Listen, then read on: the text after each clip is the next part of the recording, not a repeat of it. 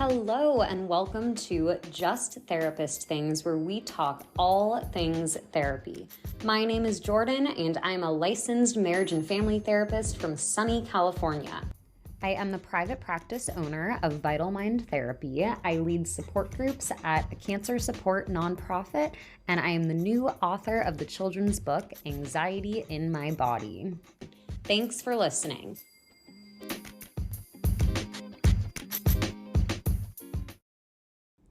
Hi everyone, good to have you here. I am recording this episode in the first few days of July during the infamous therapist summer slump, which this episode is about. So the summer slump is something that all therapists know of. It has a name for a reason, and this is the time period where you may not have as many clients as your usual caseload.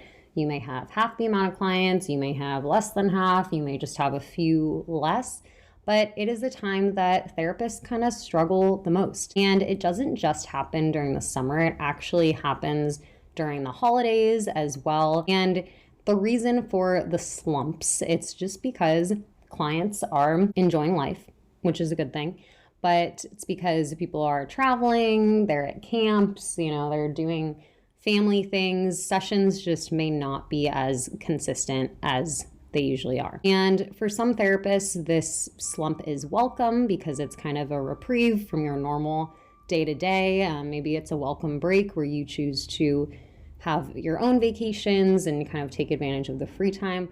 But it can also be dreaded because that means that income is not the same. Because therapists only get paid for when we see clients. When we don't see as many clients, of course, we're not going to make as much money. So this can be a really tough time period. And I'm kind of in it right now. It's my first summer slump since starting my own private practice. It's almost been a year since starting my own private practice. Super exciting. And I have been in the summer slumps before in my time at group practices, but this is the first time I'm experiencing it as a private practice owner. So I thought, let's talk about it. So in this short episode, I will be talking about the summer slump, some ideas that I have for me during this time, and hopefully it could help some of you. But the main point of this episode is to just let you know that if you are a therapist and you're experiencing the summer slump, you are totally not alone. It is so real for many, many therapists out there. So thanks for listening to this episode, and I hope this makes you feel not as alone. I was told about the slumps pretty early on in my career because it's honestly something that every therapist is aware of. And it doesn't happen for every therapist. I think it really depends on the type of place that you work, what the practice looks like, what your population is, all of that. There's a lot of factors that go into it. But it's something that is well known for a reason because I think it happens to a lot of people. And again, this slump usually happens during the summer months. So I would say maybe mid-June to early August or even late August, and also during the holidays. So maybe around late November to early January. The slumps, I would say, especially happen to therapists who work with kids and teens because when school is out, kids' schedules are just kind of all over the place with camps and trips and all of those things. I do think that it maybe is a little more pronounced for therapists who work with kids and teens, such as myself.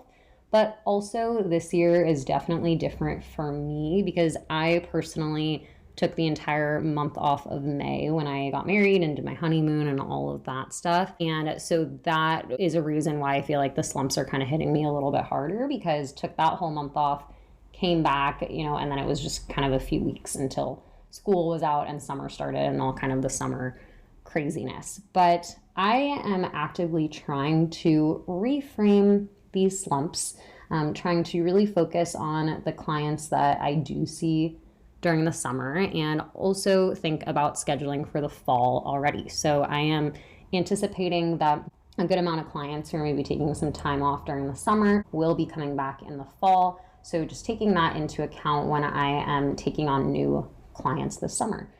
But again, the slumps don't always happen for everyone. And also, it is a good time for people to seek out therapy because life is maybe a little more slowed down. And so people are realizing, oh, okay, it might be a good time to seek therapy. So I have gotten a few more clients as well so far this summer, which has been great and helped the slump definitely.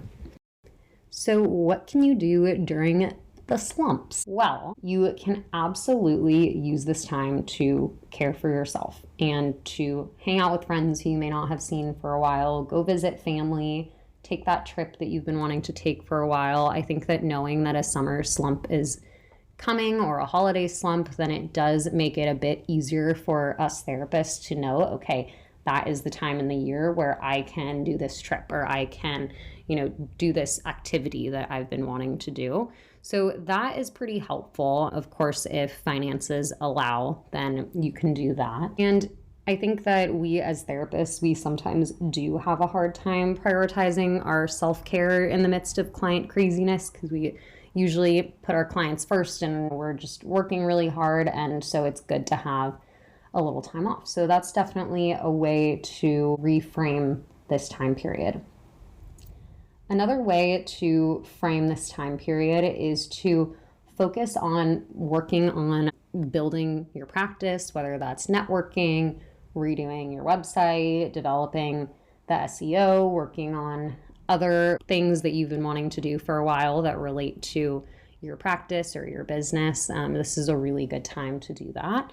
So I am personally trying to do that, getting into podcasting again, possibly is one thing. I am trying to revamp my website, kind of make those strong connections in the field and do other things. And those things are sometimes hard for me, especially when you're not seeing a return of income, because I realize that I really like something tangible. And I'm like, okay, I made this thing, I put it out there, and I'm going to see some sort of profit or some sort of return from it. But I kind of have to remind myself that all these little things that I do to help my business, even if I don't see an immediate return from them or an immediate kind of tangible results, then I know that these little things will help me in the long run. So that's how I'm trying to prioritize my time too, is just to do these little business things that have been on my to-do list forever, figure those things out right now when I have the time to do so.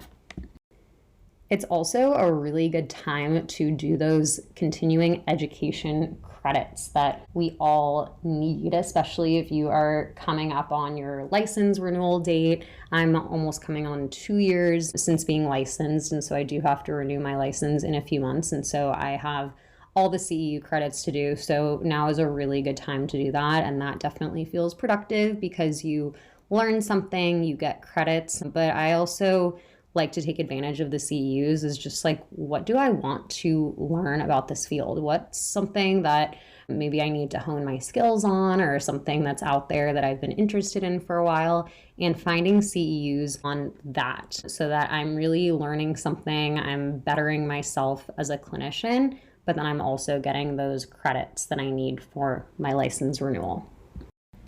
Something else that I think I personally need to work on while navigating this first slump of private practice is that I think I'm more lax during the summer with schedules, and partly that's because I myself am, traveling and sometimes need to do Zoom, or I'm taking weeks off and things like that.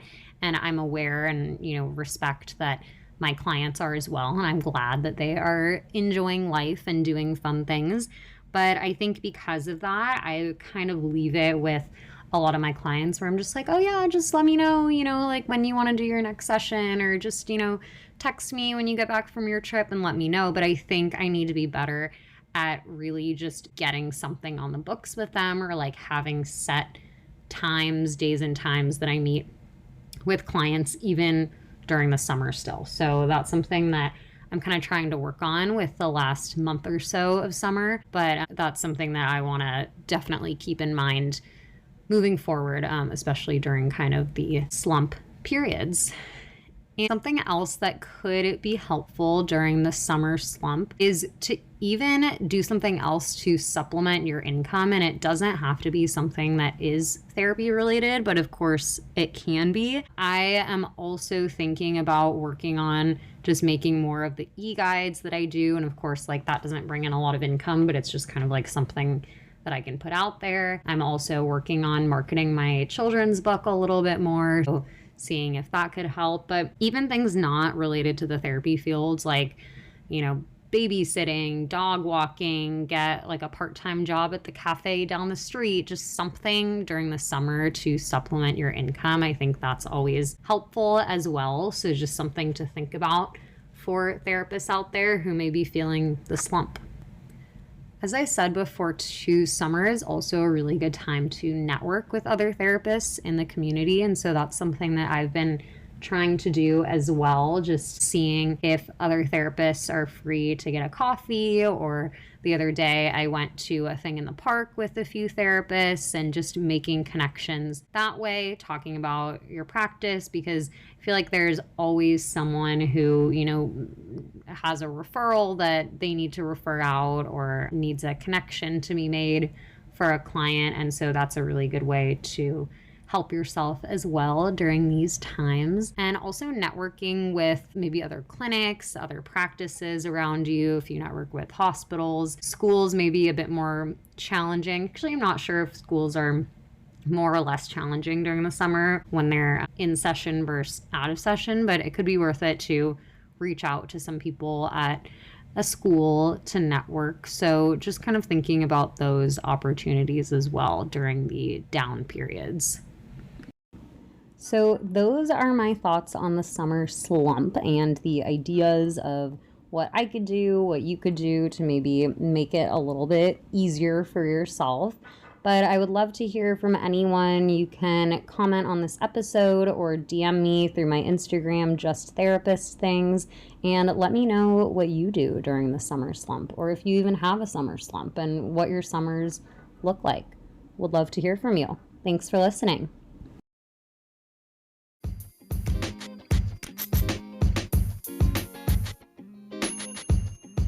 Thank you for listening to Just Therapist Things, where we talk all things therapy. I'll talk to you soon.